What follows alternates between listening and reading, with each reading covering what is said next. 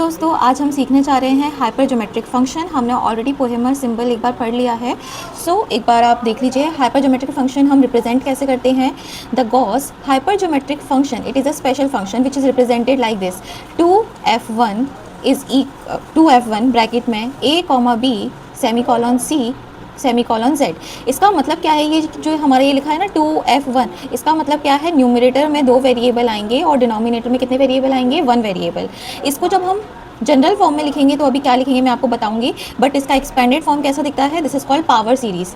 So 2f1 a b c z is equals to 1 plus A B Z upon C factorial 1 a plus 1 b plus 1 z square upon c plus 1 2 factorial. ऐसे करके ये क्या series क्या हो जाएगी, चलती जाएगी इनफाइनाइट टाइम्स। तो अगर हम इसका जनरल फॉर्म लिखें तो 2f1 a b c z किसके बराबर हो जाएगा, yes, summation n is equals to 0 to infinity a n b n upon c n into z raise to the power n upon factorial n।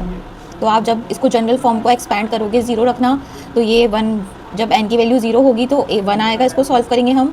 अगर n की value 2 होगी, sorry 0 पे इसकी value 1 होगी, 1 पे इसकी वैल्यू ये होगी, 2 पे इसकी वैल्यू ये होगी। तो आप इसको एक्सपैंड करके इसका जनरल टर्म लिख सकते हो। तो हमें क्या करना है, इसका जनरल टर्म ही याद रखना है। इसका जनरल टर्म क्या होता है, 2f1 a b c z is equals to summation n is equals to 0 to infinity a n b n c n into z raise to the power n upon factorial n। और मैंने आपको पोहेमर symbol बताया है। ये जो Pochhammer symbol है a n is equals to किसके बराबर होगा, ये होगा हमारा a प्लस 1 a प्लस 2 कहाँ तक, a प्लस n माइनस 1 के बराबर। मैंने आपको ऑलरेडी ये पिछली वीडियो में बता दिया है। अगर आपको ये पोहेमर सिंबल अभी भी नहीं आता है तो मैंने इसकी 3 प्रॉपर्टीज़, 3 फॉर्मूले जो इस पोहेमर सिंबल से डिराइव हुए थे, the relation between the Pochhammer symbol and the gamma function, तो आप मेरी प्रीवियस वीडियो देख सकते हैं, जिससे आपको ये बहुत अच्छे से पोहेमर सिंबल अच्छे से समझ में आ जाएगा। तो आप आगे हाइपरज्योमेट्रिक फंक्शन भी समझने में आपको प्रॉब्लम नहीं आएगी।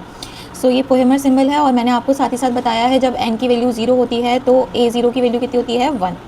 सो हम इसको सॉल्व करेंगे तो इसका जनरल टर्म ये हो गया हमारा, this is the general term of the hypergeometric function. So hypergeometric function, अब आपके दिमाग में आ रहा होगा ये हाइपरज्योमेट्रिक फंक्शन हम पढ़ क्यों रहे हैं, ये क्या है स्पेशल फंक्शन, इसका मतलब क्यों आ रहा है ये हमारे सिलेबस में। तो हमारे पास एक हाइपरज्योमेट्रिक डिफरेंशियल इक्वेशन है जिसका सॉल्यूशन क्या कहलाता है, hypergeometric function. This equation z bracket 1 minus z y double dash, this is second order linear differential equation.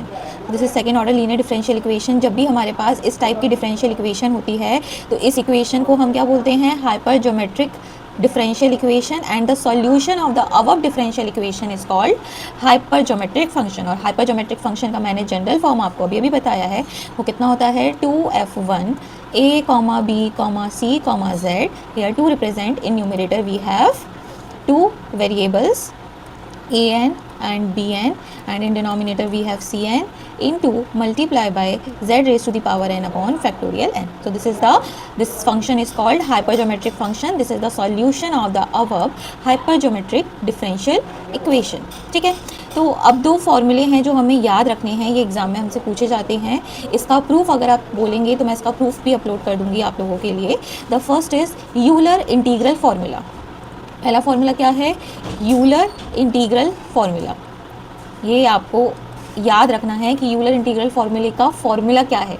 ठीक है, सो वो फार्मूला क्या है, 2f1 a b c z is equals to, इसको क्या बोलते हैं हम, हाँ, gamma c divided by gamma b into gamma c minus b integration 0 to 1। Integration क्या है, 0 टू 1। अभी देखो a का यूज़ नहीं हुआ है, अभी पहले सबसे पहले c लिखा है, फिर डिनोमिनेटर पहले c, गामा b, फिर गामा c माइनस b। ठीक है, इंटीग्रेशन 0 टू 1 t की पावर b माइनस 1, t की पावर b माइनस 1, t की power b minus 1, 1 minus t की power c minus b minus 1 and 1 minus z t की power minus a dt।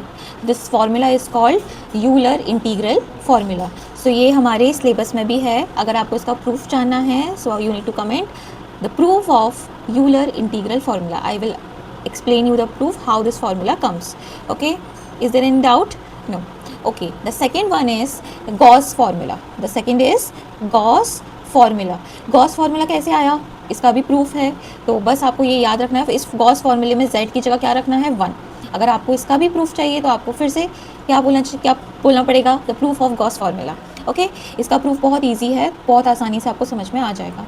क्या है, 2f1 किसके बराबर है, 2f1 ABC 1, z की जगह क्या रख रहे हैं हम 1, ये बराबर है gamma c into gamma c minus a minus B divided by gamma c minus a gamma c minus B. तो this is called Gauss formula. तो इसकी कंडीशन भी हमें याद रखनी है, these are the conditions written over here. So I hope आपको hypergeometric function समझ में आया होगा। Hypergeometric function is the solution of hypergeometric differential equation. और हाइपरजोमेट्रिक डिफरेंशियल इक्वेशन किस प्रकार से दिखती है, उसका general solution, this is called the solution of this hypergeometric differential equation is a power series whose general term is represented over here, and from this hypergeometric function we had derived two formulae. The one is Euler integral formula and the second one is Gauss formula. Both the formulas are very important for the exam perspective. If you want the proof of these two formulae, you need to comment the proof. Okay, so I hope learners आपको मेरी videos पसंद आ रही होंगी, आपको पूरे concept अच्छे से समझ में आया होगा। अगर आपको मेरी वीडियोस पसंद आ रही हैं so please do like, share and subscribe. मिलते हैं नेक्स्ट पार्ट में, जिसमें हम और भी डिफरेंशियल इक्वेशंस पढ़ेंगे और उनके सॉल्यूशन के बारे में देखेंगे। आज की वीडियो में हमने क्या सीखा, हाइपरजोमेट्रिक डिफरेंशियल इक्वेशन एंड उसका solution that is called hypergeometric function. So मिलते हैं नेक्स्ट पार्ट में, stay tune for the next part.